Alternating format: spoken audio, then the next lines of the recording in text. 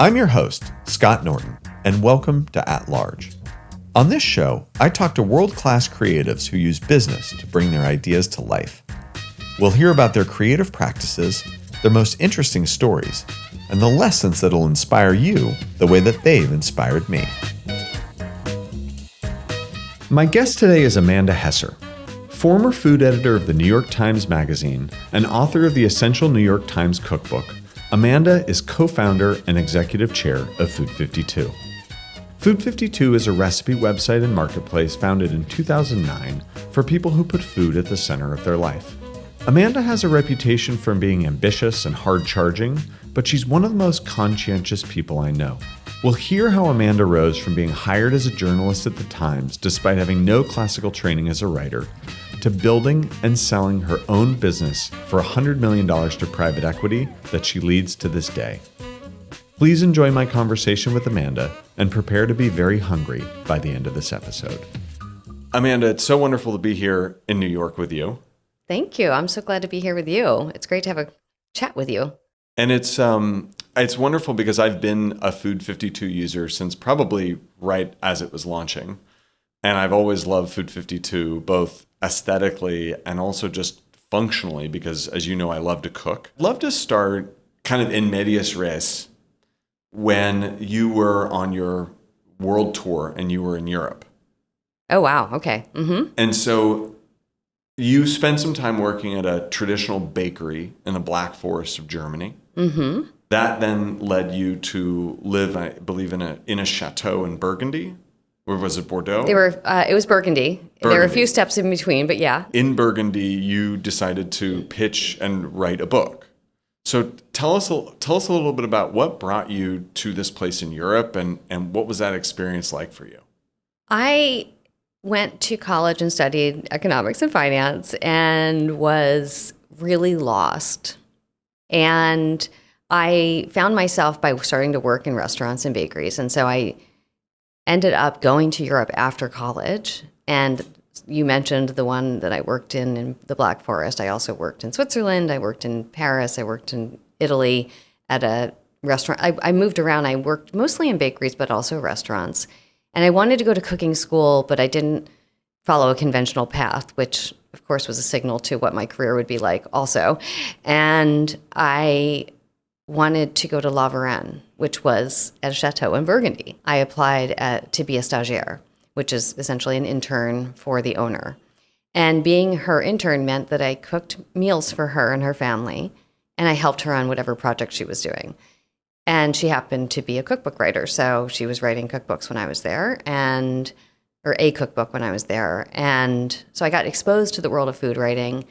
I cooked all of this traditional French food for her and her family, got my cooking degree as a result. And then I found that I was really drawn to writing. And then I let that guide me to my next step. There was this opportunity that I could really combine my interest in food and culture and with writing.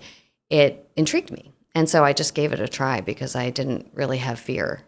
And what was the conception of the cookbook that you had? What was it that you stumbled upon there and that you ended up pitching and getting a deal for? Yeah. Well, when I arrived at the chateau, my job was to cook, lunch and dinner for the family, and that I was supposed to use as much produce as possible that was grown in the garden on the property. And it was this old 2-acre walled garden. 2 acres of a walled garden that's a very big garden, basically ruled by someone named Monsieur Melbert, who lived on the property in the pigeon house where they used to keep pigeons. He lived on the ground floor with his wife, and he sort of took care of the property and tended the garden. And I was told almost immediately after arriving to avoid him because he was a real crank. And so I found myself immediately drawn. I was like, well, I got to learn about this guy. So I went to France wanting to really feel connected to that history and that specifically their food culture. So the idea that this man who lived on the property really lived in this old-fashioned way and seemed really appealing to me. I didn't at the time think, oh, I'm going to write a book. I just thought this is a worthwhile investment in my future. At that point in time, we had been in a period of our food culture where it had been kind of beaten out of us the idea that you should eat seasonally. It was actually much more like we are entitled to eat whatever we want. And I felt like if I'm interested in this as a cook, I can imagine that there's lots of other people who would like to understand, like, if you're going to cook seasonally, what does that really look like in January, in February, in March?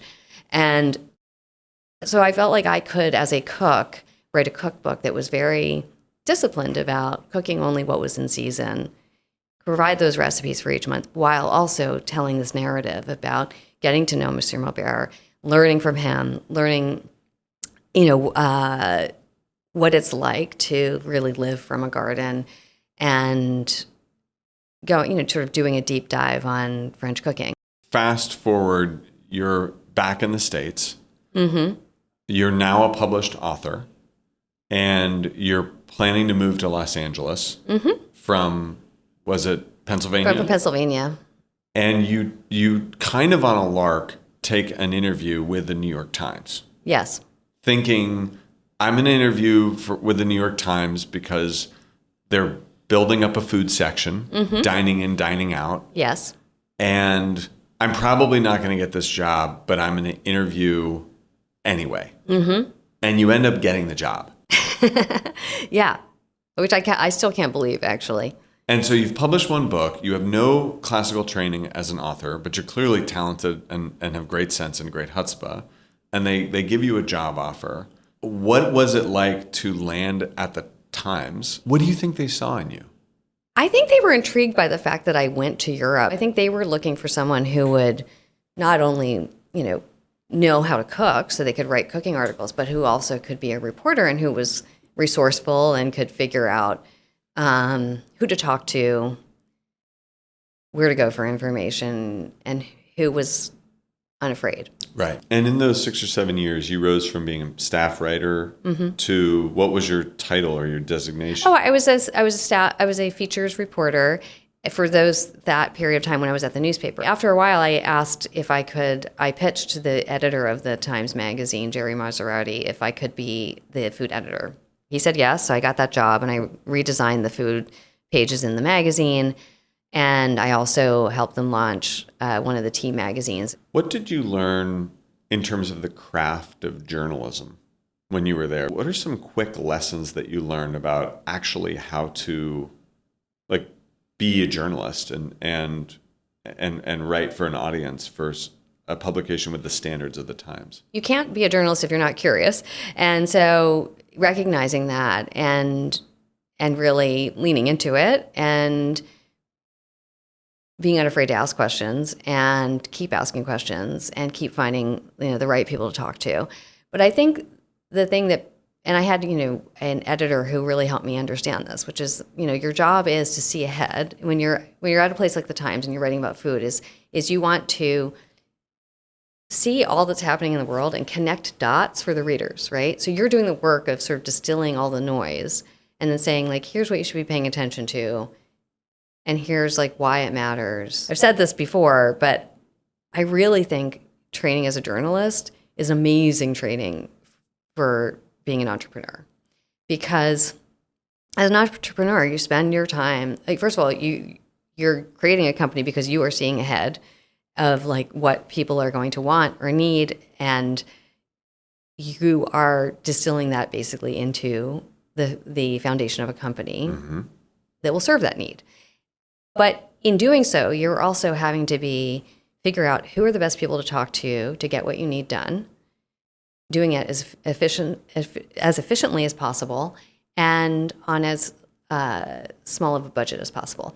And those are the skills that journalists apply every day. Mm-hmm. So I actually feel like my time at the New York Times was my training. And was everything I need. I didn't need to go to grad school to get an MBA. I just needed to take what I already had learned and apply it to what I wanted to do with Food52. And you, at some point, you decided to take a leap, to take a risk, and leave the Times. You strike me as someone who has an incredibly rich appetite for risk. Your story is taking risk after risk after risk, and it's interesting because meeting you and being friendly with you, you're a very conscientious, measured person. Like you're not the gambling type. You're not loud and boisterous or braggadocious or anything like that.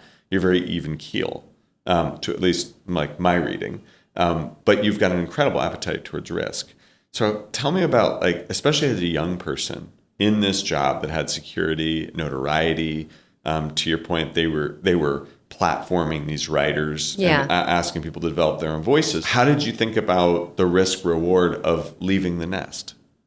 I am a little impulsive, but it was a long time in coming. I hadn't been fully happy, and I saw that. And I do just think that in life, there are these inflection points, and they're often when there are other big changes happening in your life. I mean, this all started, I mean, my career trajectory began when my father died. You know, it in its own perverse way, released me from feeling like I had to stick to others' expectations. And my dad was a big risk taker, so maybe it was my way of like carrying a torch for him, you know, or taking, you know, what I'd learned from him and applying it to my own life.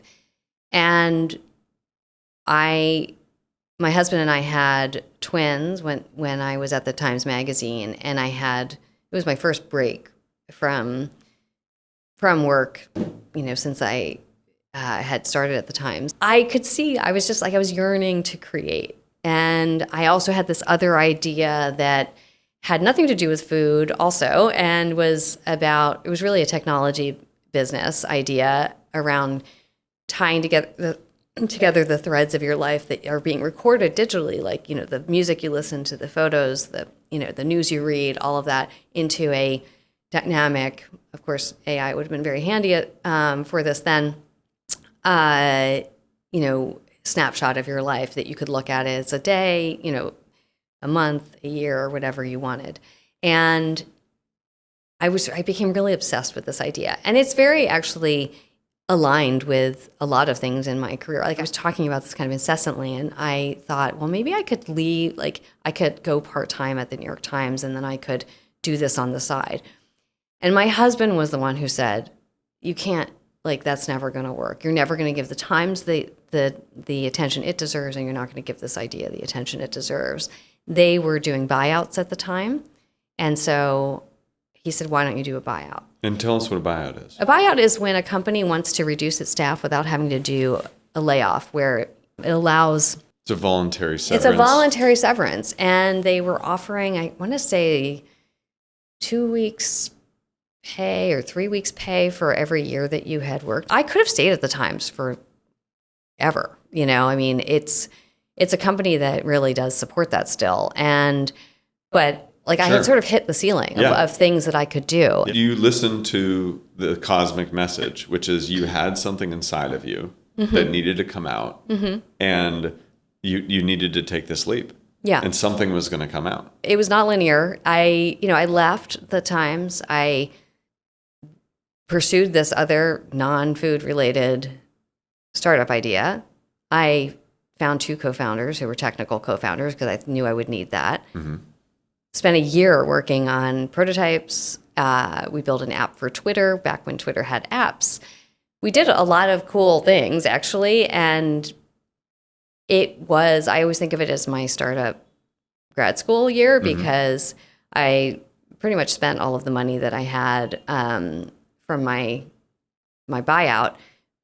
But I learned so much. I got to meet amazing investors. Like, I had a meeting with Fred Wilson, you know, people who would be, you know, impossible to find time with now. It was early days of the startup world here in New York. And so this was which year? This is 2008. 2008. Yeah, really 2008. And so it felt very tight-knit and open-minded in a wonderful way that I felt like, I had found my people. What was the insight that led to the thesis of Food52?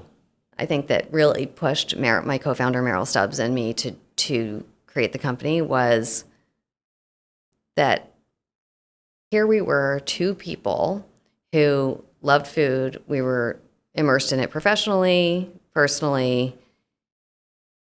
The food culture in America had gone through a sea change. People were like leaving their white collar jobs to become cheesemakers or bakers or this, like, people were really passionate about it. The experience offline in the food world was spectacular. It was like, there were restaurants cropping up. There were all of these new businesses. There was a lot of just, I would say, openness and enthusiasm that was palpable. There's farmers markets were booming. It was a really, I felt like an exciting and invigorating time culturally. Online, none of that was felt. And it was so frustrating because it felt like, well, here is this, the online world was pitched as the future. This is where everything is going to be happening. But in food, nothing was happening. It was like a couple of big players who had created recipe. Almost databases. Databases, thank you. That's the word I was looking for. Recipe database. That's what they were, and really. This was a databases. year before Instagram launched, or the same year as Instagram launched? Because you launched in 2009, was it? We launched in 2009, yeah. And so Facebook was around, Twitter was around. So you couldn't feel any of what was happening offline, online. And it was also really frustrating as a consumer that if you wanted to, find a recipe, find great table linens or read an article on how to make cheese, you had to go to all different places. But the other thing was that online, there was a lot of chat rooms and forums and things like that at the time. But there was nothing specific to food, and there was nothing that felt curated and elevated and that really celebrated the kind of love for food and home. So it was really we wanted to create a place selfishly that we wanted to spend time at and that would bring people together. So I met Meryl because she helped me with a book called The Essential New York Times Cookbook. And a colleague, I was looking to hire someone to help me while I was working on the book. I really would like to do something in food. I was interested in the idea that you could use technology also to bring people together and celebrate their work. There was this thing happening, which was that in addition to the big databases, there was the explosion of food blogs, which really kind of started earlier, probably around 2005. And that was a really interesting, it was the first wave of the democratization of content. Yes. And it was exciting, but it was also, it felt flawed to us in that there were all these people who were creating lots of incredible content, but it was so clear there were only going to be a couple of winners. Only a couple of people who were going to be able to make enough money off of the blogs to make it their job. To write a food blog, there's so much that happens behind the scenes that people don't see. That's you are testing recipes, you're going to the grocery store, you're doing dishes, you're taking the photos, there's all this stuff that happens before you actually get that, beautiful photography, the art, that big lead-in paragraph that annoys you. I always figure it's for SEO. Yeah. Well, sometimes it is. The recipe, it's a real labor of love. Yes. If you're not making money. And it just was clear, not everyone's going to do that there was going to be this kind of huge wave, and then there would be a drop off. And we also thought, well, what was fascinating to us was that if there were all of these people who were taking the time to write food blogs, think of all the other people who are out there who are amazing cooks, know tons about food, have things to share, but aren't going to take the time to create their own blog. The internet was becoming a place where kind of mass, dumbed down content was winning. Yes. But I felt like that was not going to be the long term. There was this population of people who had things to share who weren't looking to make a job out of it, but they really wanted to connect with others, have their work celebrated. We figured we could use technology to come up with a way to do that. And that in doing so, we could create this kind of hub where people were helping us create this place together. There were all these layers of things that are related, connected to how we eat and how we think about food that we could bring together on a unified platform, and nobody else was doing it. And it was we were consumers who wanted it. So that's really kind of the the genesis of what we wanted to do. So now I hope you're not very sorry that you asked for a simple explanation of like. Well, no, I'm not. And in fact, my next question is actually to get a little bit more complex. Okay. Because I'd love to talk about the Food52 business model. Okay. Because one of the things that I've always been fascinated and enamored by is most companies, small-ish companies, right? Unless you're Apple or GE or Google and you've got lots of different revenue streams and lots of different business lines, they kind of have one business model and maybe like one type of product. But Food52 always struck me as really interesting because you have over the years essentially assembled this ecosystem of different ways of interacting with the site, different business models. Talk to me about all the business models, the revenue sources, how it all kind of comes together. Yeah. What is it, especially today versus when you started, it was a little bit more simple, but give us a map of the territory today. It's two models that each has its different facets, right? The two models are advertising and commerce. And they are very different businesses. Yes. And very different models. When they work together, they can be the beautiful thing. We were less focused, and I think this is a good thing. We were less focused on the models and more focused on how to serve people well. Because if you serve people well and they want your product, there are smart minds who are going to figure out the business model to make that function. Coming up with a business around a business model, in my view, doesn't usually lead to good results. I say that, and yet, it was hard doing this with a complex model when you took on investors because they want something simple. And I understand why they want something simple.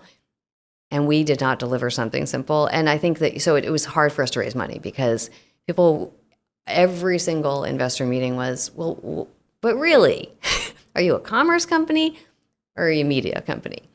And they did not like the answer, we are both. But that's the truth. And it's a better consumer, if we can execute it, it's a better consumer experience and it builds a bigger business. It does kind of create a moat for us because most people are like, ooh, that seems too hard.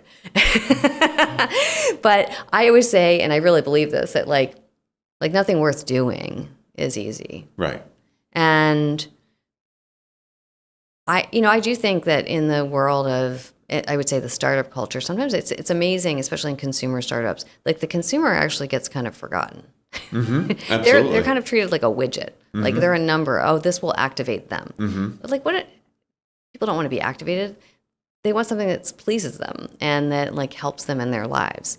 That's what we should, that's what we want to be focused on. And in our case, that means like having content and having products and serving them at different times and in different cadences. Content is it can be up to a daily thing. Of course, we like to think that people are coming to our site daily, but they're probably not. They're probably coming once a week, once a month. But they're definitely probably coming at a higher frequency than they are to a shop.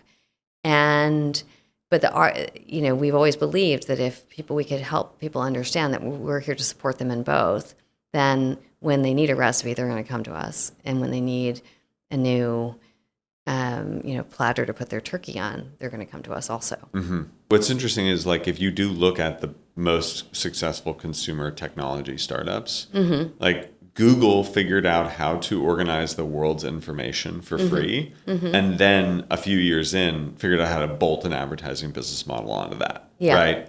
And Facebook and Instagram, same thing. They created something really useful, delightful, and addictive / highly retentive. And then they figured out how to put the best targeted advertising business model of all time on top of that. Uber started as a marketplace for ride sharing, and now, and don't quote me on this, but I want to say it's around 50% is food delivery. Oh, wow. And they have an advertising business too, right? Amazon, of course, has a huge advertising business as well on there. And so I think you're absolutely right that I had never really thought about that insight, that building a business around a business model most often it fails, and it almost leads itself to just a copycat mentality where the user is forgotten. Genius Recipes was going to be part of my next question. Oh, okay. Because Yeah.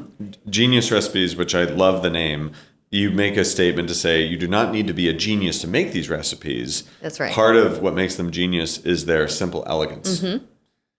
Tell me about the genius moments that happen in the Food52 business development. Well, I feel like there are a number of things that we did that were highly inefficient,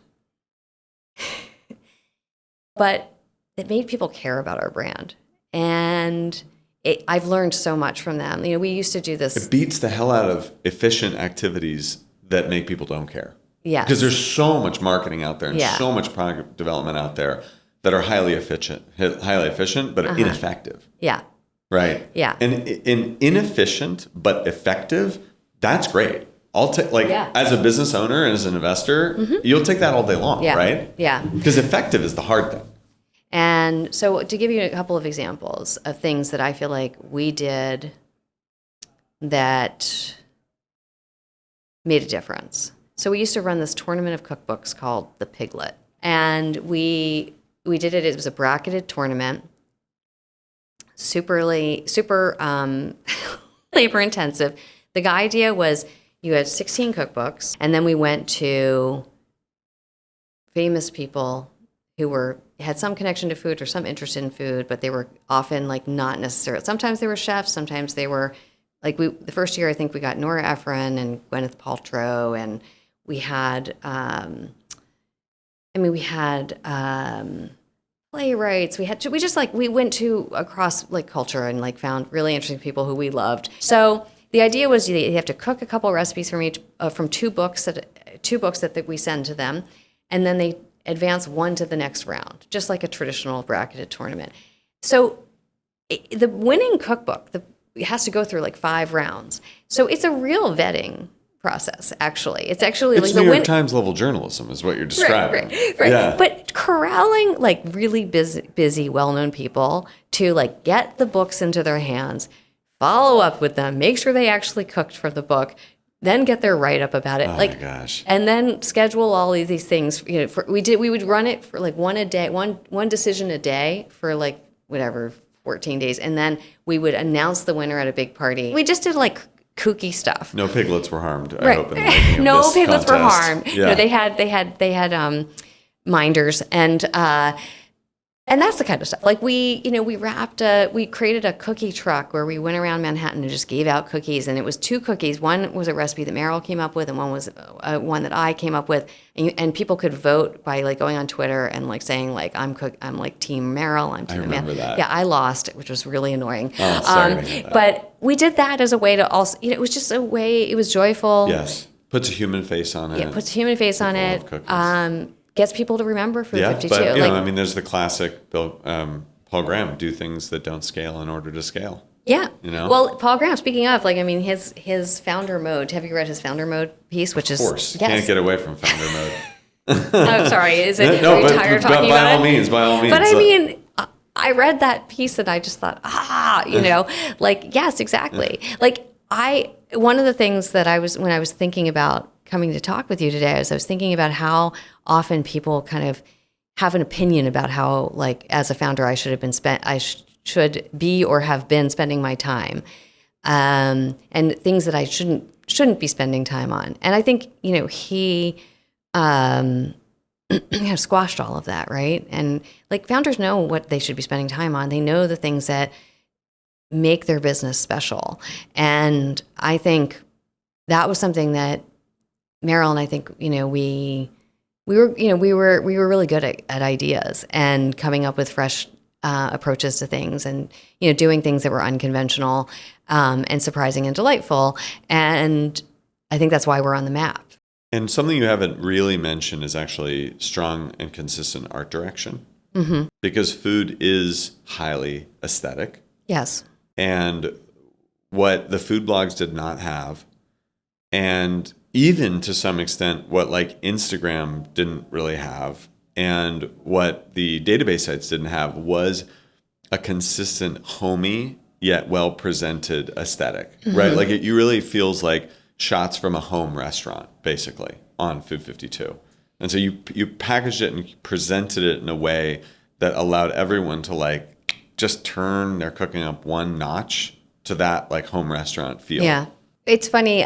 There's somebody who is on our team who came back recently after she was with us for 7 years, went away for a couple of years, and then came back.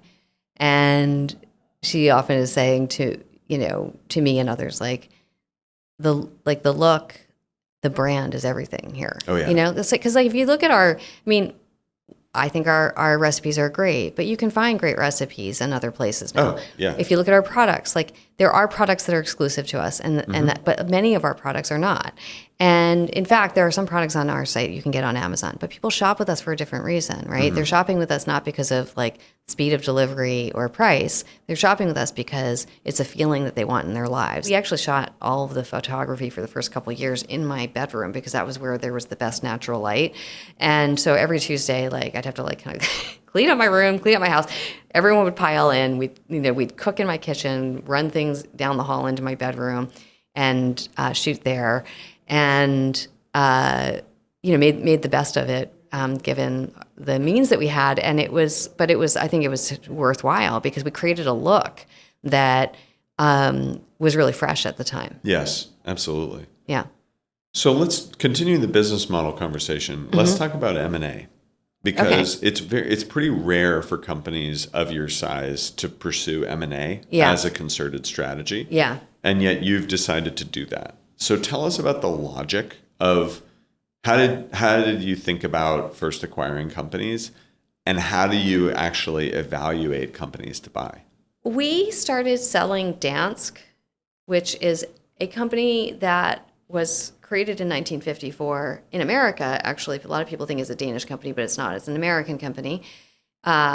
It was founded by Ted and Martha Nierenberg, two Americans who just loved design, and they loved Scandinavian design, and they decided to essentially, work with designers largely in Denmark, but throughout Scandinavia to bring their designs to America. And so that's what they did. It was a company that did amazing things through the 50s, 60s, and 70s, and then it kind of like it was acquired, it kind of fell off, and but it had a couple of designs that were still being manufactured, one of which was an iconic design called Coben style. Yeah.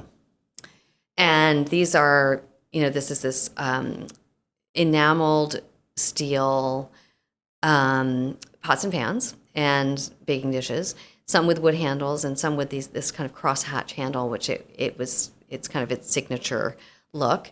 And also that handle allows you to stack one on top of the other. That's right. It can be used as a trivet. Yeah. And which is sort of a brilliant move on their part.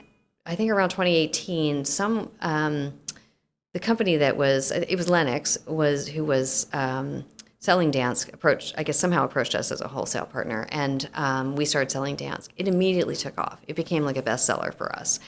And there was just something about our audience who I think, really cares about, style, aesthetic, design, and heritage, really wanted Dansk.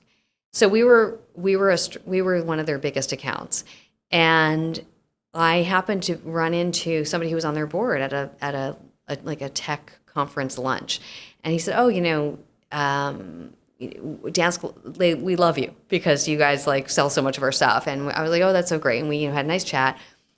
Made that connection. And then a couple of years later, he reached out and said, hey, Lennox is selling. And, I think there might be an opportunity to sell Dansk separately.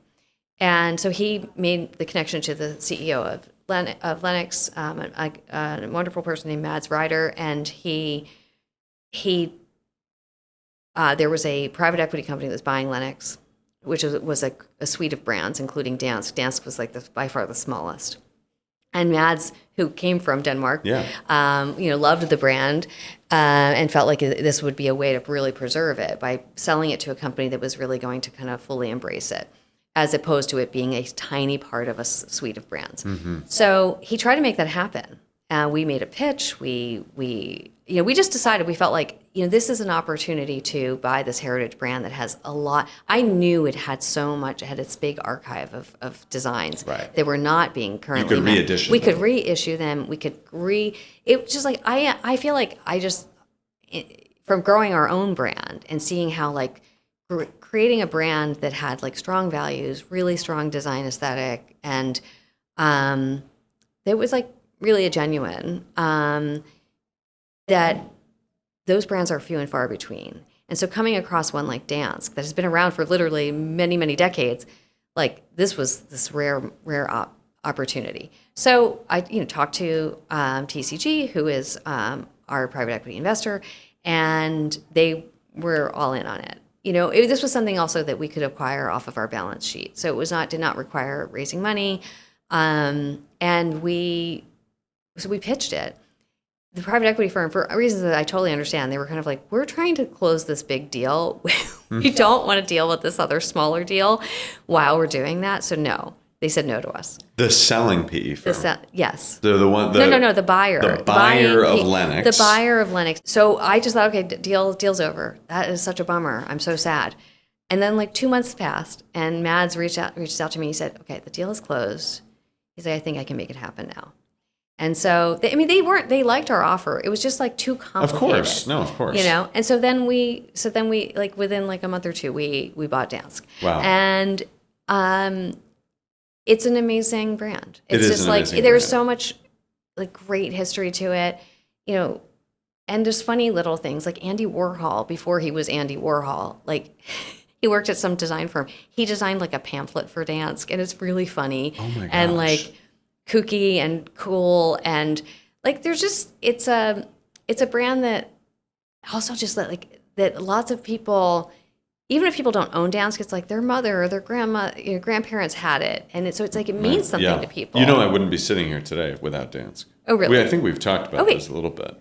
Oh wait, why? The first semester of my freshman year of college, I took a flyer on an entrepreneurship class, and our first day, the case study was Dansk. Oh my gosh, that's so funny. I got halfway through reading that case study, and I was like, this is what I want to do with my life. Like, I want to build things like this. Amazing. And like, I was so allergic to business before that, and I just heard the story of building Dansk and finding these artisans and taking these small ideas that were small, that were good, and turning them into good ideas that were big. Yes. Was like the most intoxicating idea for me. Yeah. And that's what Dansk was, and now you are the steward of it. Yeah. That is so funny. After that, I think it gave us, we saw for the first time, like, was it, just curious, was it an all-cash deal? Yes. So it was an all-cash deal. You were able to do it from your balance sheet. And so they basically, they weren't too aggressive in what they were looking for. And they were happy to let you take it. Yeah. And I don't think, I don't think we underpaid. I don't think we overpaid. Like, I think it was sort of the right amount. How has it worked out since? It has worked out. I think it's worked out well. Yeah. And I think it's going to work out even better in the future, given like sort of current plans. But then we started seeing like, oh, this is an interesting way to approach growth strategy. Like, what if we acquired other brands? And then if we were to do that, what would that look like? And, when TCG bought a majority stake in our company, Meryl and I weren't thinking of, buying other companies. We certainly always had, thought that would be a cool thing to do. But like during the closing process of their investment in us, they said, it'd be really great if you could make a list of companies that, if we were to acquire companies you'd like to acquire. And we were just thinking, oh, well, this is fun. This is a fun exercise. Never going to happen. Yeah. Top of the list was Schoolhouse. Oh. And it's formerly known as Schoolhouse Electric? Yes. It was started out as Schoolhouse Electric in 2003. A few years later, changed to Schoolhouse. And it was a company that was started by someone named Brian Faherty, who he is like house obsessed, and so he was in real estate. He'd buy houses, he would renovate them, sell them, and when he restored houses, that were older, he was just having trouble finding like fixtures that were high quality, that really were like true to designs of the past, of their period, and so he realized like, if I want these, I'm gonna have to make them myself, and he found a company that would make glass shades for fixtures using, that were hand blown or mouth blown, and that used these molds that were, really kind of obsolete. And so he bought up a bunch of the molds and, and got these glass shades made. And then from there just started making hardware and other light fixtures. And so in the beginning, it really was like a lighting and hardware company. The reason we were interested in it was that it felt like an opportunity. We were starting to sell more and more home products. And we had started a vertical called Home52, where we were doing a lot of home content. This was something that Meryl and I had wanted to do from very early on. We wanted to really expand into home. The other thing that they had that felt like that we felt like they could bring to us was they designed their products. They had a design practice that we didn't. And we had we had started our own brand called 52, which is products that we designed in collaboration with our community, but we had to rely on outside designers to help us do the actual CAD drawings of a product in your community. Get them. Yes, and of course we really relied on that. I use your cutting board with the blood groove weekly, I use the nonstick pan daily. Oh, good. Yeah. I'm so glad to hear that. Yeah. I use the hell out of that nonstick pan. You do? I think I need to get a new one. Okay. Yeah. All right. Yeah, but they are fantastic products. Oh, good. Yeah. I mean, and for listeners, the backside of the cutting board that Food52 makes, that 52, has a slot to put your iPhone in so that you can read a recipe as you chop ingredients. Yeah. So little details like this. Yeah. Are that make it really nice. Yeah. So that product line, again, it came out of an insight that we had, which was our audience. They help us so much with recipes. They help us so much with content, and from their feedback on products, we could see they're the experts on what works in their homes, what materials they want, what price points they want, what design features. So when we started 52, it was let's really work with them to create products and make them better by, pulling together collective the wisdom of the crowds. The wisdom of the crowds, yes. Yeah. And it really, I truly believe these products would, if we produced them in house, I think they would have been high quality, well designed, but not nearly as great as they became because of the feedback of our community. With Schoolhouse, you have the internal technical capability to take the insights of the crowd and then the technical craftsmanship of pros. That's right. And so you're not just vertically integrating by owning the brand and the manufacturing as well. You said they manufacture in Portland? So they manufacture, not all of their manufacturing there, but they do of their sort of, I would say their core products they do in Portland, and then there's lots of other kind of smaller makers who provide parts, from around the U.S. Yeah. And also even within Portland. And then we felt what Schoolhouse was missing that we could really help them with is content, is telling the stories behind the products, connecting people, making it more of a hub for home. Are you on the hunt for more companies to buy? I mean, at the moment we're not actively, but we sometimes things will come our way and we'll look at them. Yeah. But, it's complicated. Because it's not a financial roll-up strategy. No. You're building a masterpiece and you've got this jigsaw puzzle and something needs to come along that's the right price and fits beautifully into the jigsaw puzzle as these other two companies have. And it really helps us.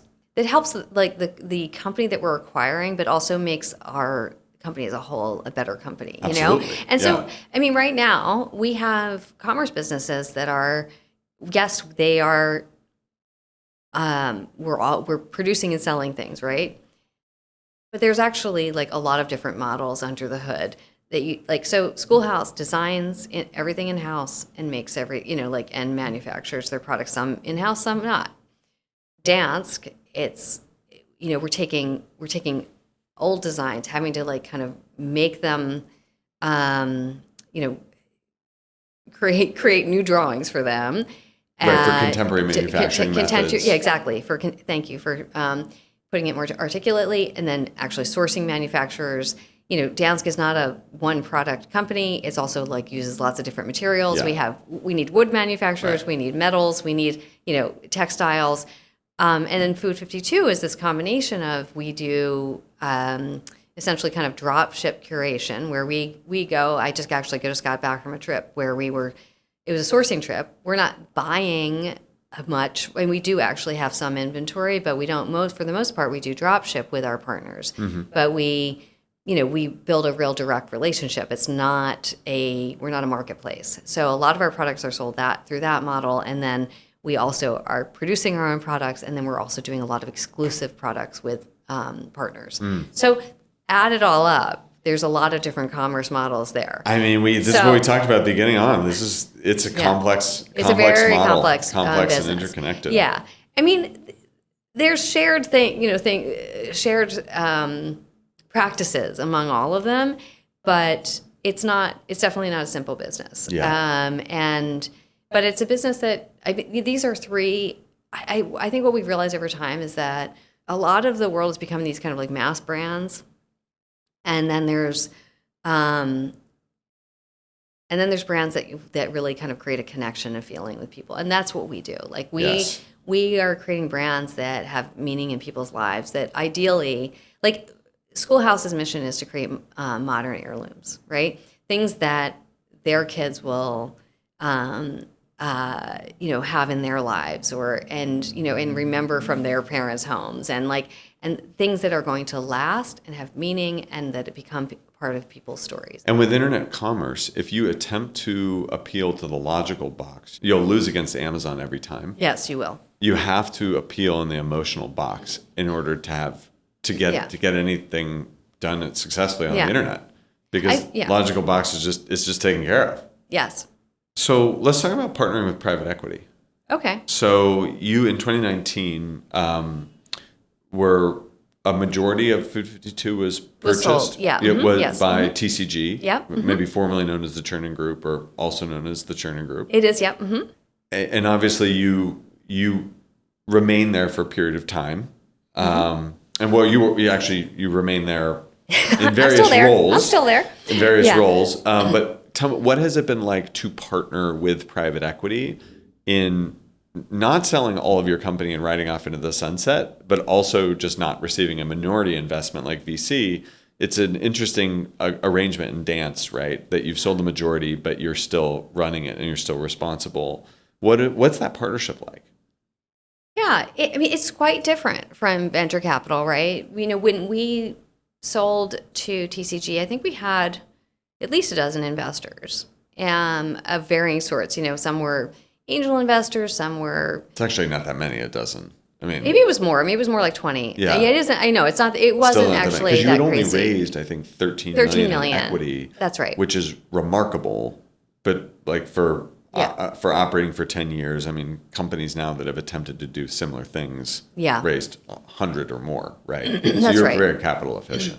And we had this stable of investors, some of which had been others like small angel checks, to more institutionalized seed investors, or early investors, however you want to call it. But everyone is those that level of investors. They're often investing, whether they're angels or they're more VCs. They're investing in a lot of things, right? And so you're not their central focus, and they if they're good supportive investors, they want to help and they give you time, but ultimately they're stretched, right? They've got to be looking for the next deal and then also tending to their other existing investments. They also are more generalists than they are experts. That's right. And so even if they did have a concentrated portfolio, there's only so much they can do for you. Yes. Versus TCG, which specializes in content and commerce. Yes, exactly. And so when TCG first approached us, and we had a conversation with them, it just was so night and day, where I felt like, they understand everything about our business. And that was really refreshing. I think the other, then just once they actually made the investment, it was them and us, and that's it. Because they bought out your other investors, They bought out all of our other investors, which was this beautiful thing. Because amazing, really. It really was great, because it was 10 years in. While there were some more recent investors who would have been happy to stay in for a while longer, certainly our early investors were it was time for them to be paid out. And it was also a chance for our early employees who had vested stock. They got paid out. It was a really good like inflection point for the company. Absolutely. Because, people's work was recognized, people's investment was recognized, and it gave TCG like a really clean slate, right? And it also gave us a clean slate with them, kind of like, okay, we're now partners and we're going to build this, keep building this business together. Executive chair can mean different things. In my case, it was not a like a board only role. It can be a board only role. In my case, it was a fully engaged partnership with the new CEO. And so I've been doing like a variety of things.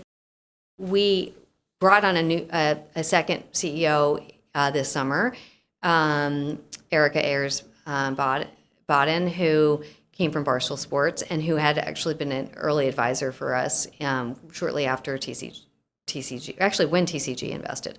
And you said her last name was? Ayers Bodden. Oh, not Nardini. She got remarried. Okay, yeah. Gotcha. And Same person. Yeah. That's right. Yep. Yes. I would say since she has begun, I've been very focused on more on the creative side and brand, just because there was a lot of work we needed to do across our brands. From everything from voice to the photography and how we communicate with our audience and our followers and our customers across all platforms, because it's complex now. And so your role today is what? I oversee brand. Oh, across all the brands, yeah. And partnered with Erica. Oh yeah, I'm partnering with Erica, but I also partner with we have Schoolhouse as a creative director. So you shifted. So you went from CEO role to exec chair. Mm-hmm. A CEO came on board. Yeah. And then you said, I'm going to migrate from exec chair and I'm going to get deeper into the brand. I'm still executive chair, but but my day to day is I'm focused on brand. I understand. I'm focused on brand. Brilliant. So before we get into our little quick fire round, okay. One more question about kind of just your observations. Mm-hmm. How has the internet changed food since 2009? Oh my gosh. I mean, massively. I think especially Instagram Reels and TikTok have done is they have made the mystery and scariness of cooking, they've just made it go away. Because people are in front of you, showing you, you're seeing how accessible and easy it is, and that anyone can do it.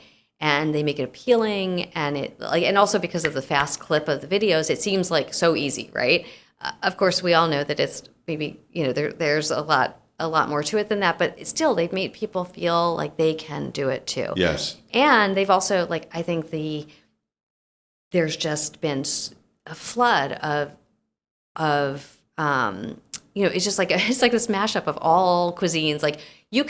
You're seeing cuisines from around the world. You're seeing the unefficient pasta. Do you remember this? No, what's that one? There was a Finnish TikToker who made a roasted feta pasta that went mega viral. Oh, because you saw. But is it a Finnish dish? No, or is it just a made up feta. dish? Right? Oh, okay. But because she's why? Finnish and the title of the recipe is unefficient pasta or some, my Finnish accent's not very good. Oh, yeah. But of course it uses Mediterranean ingredients, but you soften the feta in the oven and you turn that into pasta sauce basically. So it's tomatoes and feta in a pasta sauce and it went mega viral. Yeah. And it's a U.S. audience with Mediterranean ingredients and a Finnish blogger creating this thing together. That is the current world of internet there's food. that. Oh, totally. I mean, and that's the kind of stuff that tends to go viral, right? But there's also amazing, authentic, cooking of cuisines around the world that is it's just that you're literally at your fingertips. What worries me is that the sense of discovery and the sense of newness may wane. And therefore, I worry sometimes that food will become less interesting to people. Is there anything that you'd like to share?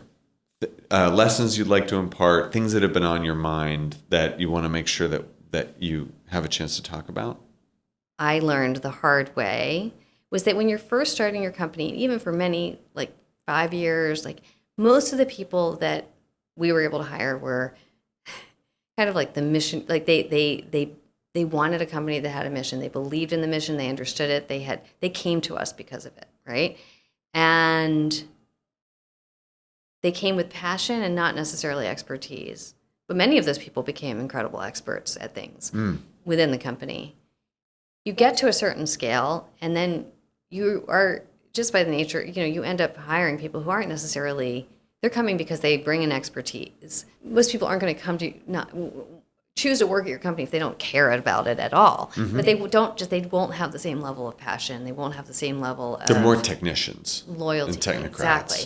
And I would say, especially when it comes to the founder and the circle of executives around you, a lesson learned is to spend way more time with those people before you actually hire them. I think there's a lot of pressure. Just you're always in a mode of like moving quickly, making quick decisions, and in general, I think you have to be really good at making quick decisions. But I think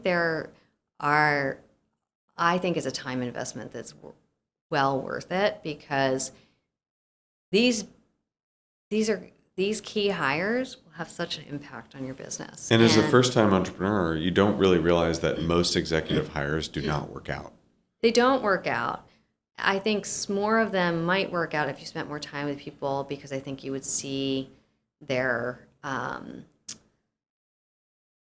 maybe weaknesses, and also because, I think that it might have been Paul Graham who wrote this too, but he's getting a lot of airtime. We're happy here. to love Paul Graham on this show. But about how hackers and painters. This is a very dark view of things, but he was saying how I think it was him who said that a lot of C-level people are highly skilled liars.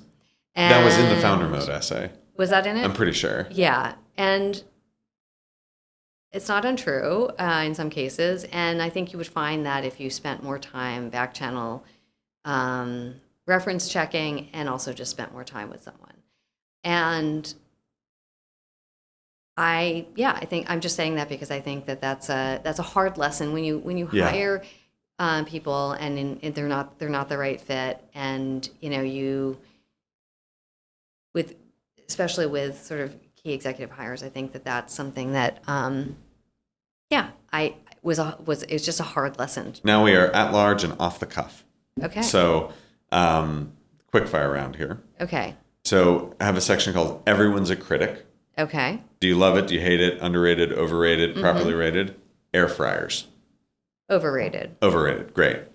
What is the most necessary piece of kitchen equipment other than the basics? So other than a cutting board and a chef's knife.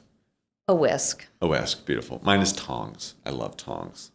I was almost going to say scissors. Oh, I like that, especially for Korean barbecue. Okay. Amanda Hesser, sweet or savory? Savory. Favorite classic New York City restaurant? Union Square Cafe. Beautiful. What's the worst recipe you've ever made? It was, and I will disclaim in the beginning, I love Nigella Lawson so much. But man, she's got this recipe that I tested this for the New York Times Cookbook that had been recommended by many readers. And it was yellow lentils with sliced hot dogs in it and mace. Oh my God. Oh my God. Abide. Not good. Didn't look good, didn't taste good. Is she Australian? No, she's British. British. Well, hey, I mean, okay. She's got a chocolate cloud cake. Yeah, I mean, I feel like the British chefs maybe need a handicap of some kind of hot dogs. Biggest rookie mistake in the kitchen? Oh. Not that you've made or that a rookie would make. Oh, well, I still make it, but forgetting about toast under the broiler. Yeah. Burn toast all the time. All the time. You and me both, sister. I know that one. Have we gone too far with milk alternatives? What do you mean by too far? Almond and pistachio and oat, and every single restaurant, I'm here in New York City, I order a flat white or a cappuccino or a latte, and and what kind of milk do you want with that? Give me a cappuccino. You don't need to ask me what kind of milk. If I want a special type of milk, I should be like, I want an oat milk cappuccino, right? Yeah. If I order a cappuccino, I'm not hoping that you ask me what kind of milk. I don't know. I just think that that's crazy. I would say it feels like everyone is grasping for a milk that's going to be as close as possible to cow's milk. And I say that as someone who can't drink cow's milk, and with great sadness. And we haven't found it yet, so they keep trying new types. Like maybe it's going to be coconut. So maybe it's I gonna love be your this. answer is no. We actually have not gone far enough because we need to find one that satisfies you. Well, I don't think they're going to find it because that's the whole point. Is like you Are can't. you lactose intolerant? Yes. Do you drink can't- A2 milk? No, what's that? You don't know about A2? No. So there are, I think it's A1 and A2 genetic types of dairy cows. Oh. And A2 milk doesn't, for many people who are lactose intolerant, they can drink A2 milk. Oh. So you need to go home and try this. Is it labeled on the Yeah. There's a carton? special brand of A2 milk and you can find it in stores. So I I did a really bad job just- explaining the science of it, but it has something to do with the lactose protein. Okay. And it has something to do with the genetics of the cow and what kind of lactose they produce. I think you've just changed my life. Well, we will report back, listeners. Okay. What is the best new publication that has launched in the past 10 years? Puck. Puck. You like Puck? I love Puck. Great. Fantastic. And we have a segment on this show where we ask everyone one good recipe and we have them walk us through it in cookbook level detail. That's a recipe that they go to. And when you were at the New York Times and you wrote the essential or you edited the essential New York Times cookbook, you asked your readers for their most stained recipes. Yes. Mm-hmm. What is your most stained recipe? And can you walk us through it in cookbook level detail? Yeah. My most stained recipe, is it okay if it's from my mom? Absolutely. It's called chocolate dump it cake. It's one of the most popular recipes on our site. And it's called dump it cake because you mix up all of the cake ingredients in a saucepan, which I will explain in one moment, and then you dump that into the cake pan. So it's a cake that almost anyone could make. I mean, truly anyone could make. And what I love about it is how unpretentious its ingredients are. You start with Baker's unsweetened chocolate, butter, sugar, and water, and you put them together in a saucepan, and you think, well, this is going to, this chocolate's going to seize, everything's going to go awry. It's not going to emulsify or gel or anything like that. Nope. You warm it until everything melts, whisk it together, and it actually does come together. And then you add eggs and dry ingredients, flour, baking soda, salt, missing something. And then Baking powder too or no? I want to say, I think there is baking powder also. Baking soda, baking powder. I should know this, right?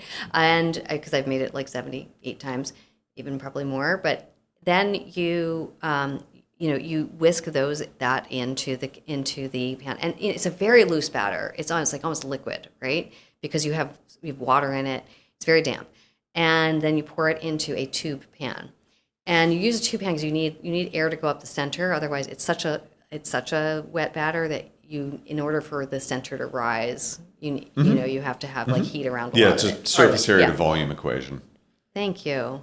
I like you have you're like an inner scientist. And I'm a professional liar. And then you bake it. It doesn't even take that long to bake. It's 30 minutes. And it's the most moist, lovely chocolate cake, not too sweet. Has a little bit of gooiness, but it's also like a structured crumb. And then the icing is Nestle's semi-sweet chocolate chips and sour cream. This is the only part that's hard about the recipe. Nestle, we're ready for sponsorships. There we go. The only hard part about this recipe is making sure that you leave out the sour cream until it's fully room temperature, and that you melt the chocolate, but then let it come back to room temperature. They have to be the same temperature, otherwise or they will seize a little bit, but you just whisk them together. And the sour cream gives the icing this beautiful tang, and it's also a really nice, easy, this beautiful texture for an icing. It's really smooth. It's easy to decorate the cake. And it's what I grew up as. It was my birthday cake growing up. It's what my kids had as their birthday cake. My husband requests it for his birthday every year. I love making it. I love serving it. Hope Beautiful, you try it. Amanda. I cannot wait, and we will link to that in the show notes. Where can listeners find you? I am on Instagram at Amanda Hesser. And also, you can find me on Twitter there, but I haven't really, I've All right. Find her on Instagram, and on Food52. And Food52. All right. Well, thank you so much for joining us today. Thank you so much for having me. Thank you for tuning in to At Large. Today's episode was produced by Sick Bird Productions. Our theme song is Son of Sanford by Motion Worker. Subscribe wherever you get your podcasts and by email at atlargeshow.com. Follow me at SWH Norton on Instagram and Twitter, and DM me about the guests you want to hear on the show.